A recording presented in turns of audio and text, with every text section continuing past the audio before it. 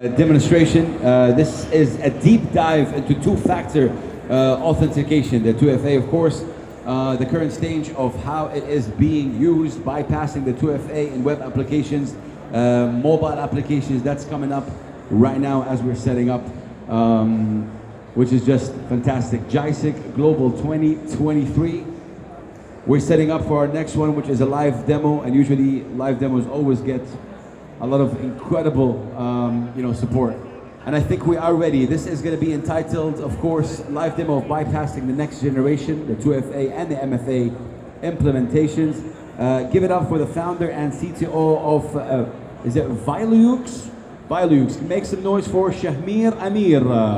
Come on, you guys, make some noise for Shahmir. He's over there. All right.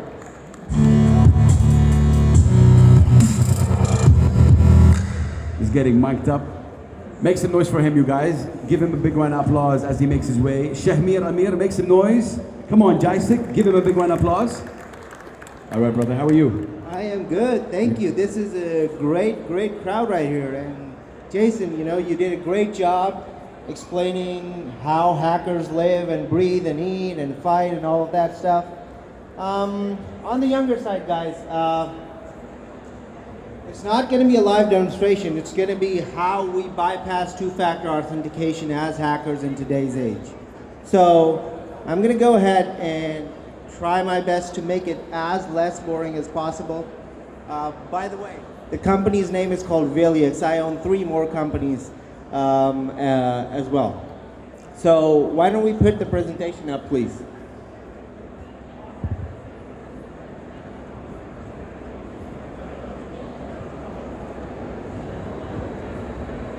Anyways, before we deep dive into what I'm going to talk about right now, my name is Shahmir Amir. I am from Pakistan, and I've spent the better part of the last decade exploiting web applications and mobile applications and all kinds of systems that I could ever find. I have written 3 books. One is called Bug Bounty Hunting Essentials. It's called Bug Bounty Hunting for Dummies. And there's this other book that I wrote. It's called Hacking into Smart Vehicles. I am going to, basically walk you guys through. Yeah, this is me right here. I've hacked into about 500 different companies, Fortune 500 tech companies. I've been ranked as the 3rd ethical hacker, or whatever you want to call it. I have a company called Unite, Vilux, and Authian. That all the boilerplate stuff. I've been doing this for the better part of the decade, so I know what I'm doing. Today we're going to talk about a bit of stuff. 2FA. We all use 2FA, right? In 1 or 2 times a day in our daily lives. It's supposed to protect us. It's supposed to basically protect us from attackers. Basically, we have passwords in our daily lives. And what if someone gets a hold of our passwords? Okay, when does that happen? It's either social engineering, somebody is being targeted using a phishing attack, or somebody has been malwared or virused and whatnot. So we're going to talk about a bunch of stuff today that I'm going to tell you that 2FA is not safe. It is at all not safe from the experiences that I've had over the past few years. I think that we are relying on a technology that is very, very nascent, and we rely on it a lot. And somebody sitting in Tunisia, something like the Uber hack that happened, the guy actually bombarded the employee using multiple requests of login, and the employee actually ended up clicking on the link. So we're gonna talk about a bunch of stuff. Okay, so these are the techniques that I've narrowed down for you guys in order to bypass 2FA.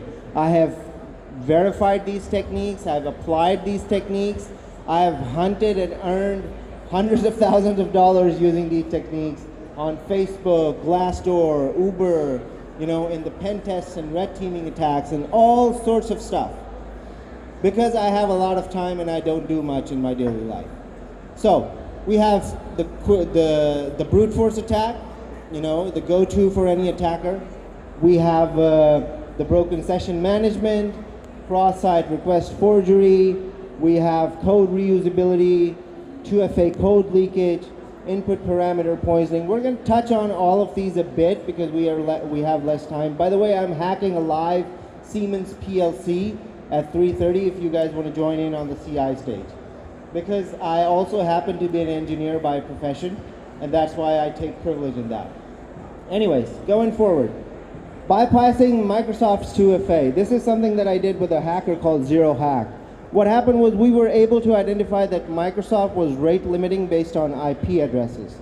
The brute force protection was in place, but it was based on IP addresses only.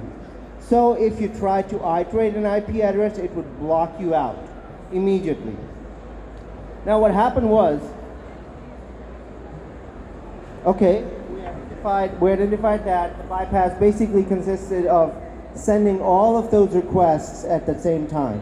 If you have 100,000 different forged IP addresses, remember forged, it means that the IP addresses don't need to be real.